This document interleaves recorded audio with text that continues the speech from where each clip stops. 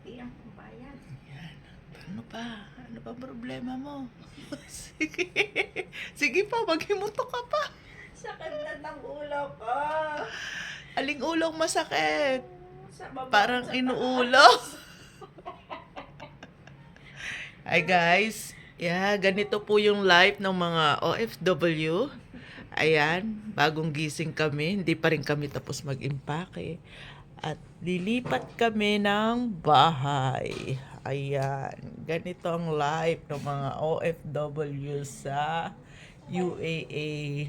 Nakita mo naman. ulo. Ayan. Parang inuulo. Okay, okay. Nika!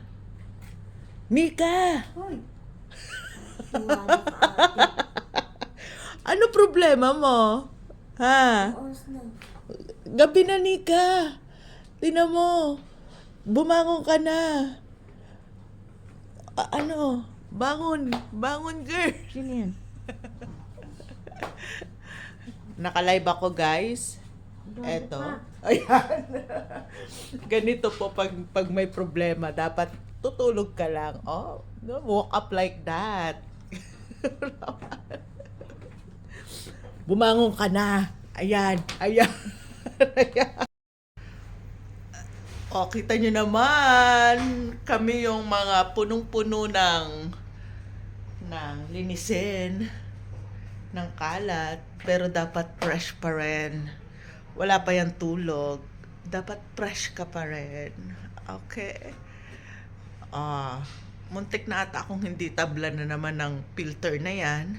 Pero nakikisama siya today. I'm looking fresh. Fresh as early in the morning.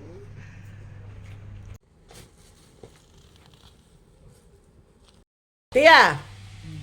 Kape o kan? Good morning, my beautiful auntie. How are you, my beautiful auntie? Tapos ka na ba dyan? Kita mo naman, ay, talaga naman fresh na fresh pa yan. Yan yung binabato ng kagandahan. Chill-chill lang siya, kami lahat pagod na. Kita mo, ngayon lang siya gagalaw. Nothing lasts forever. Ano na, Tia? Ikaw naman ngayon. Hindi tayo pupunta ng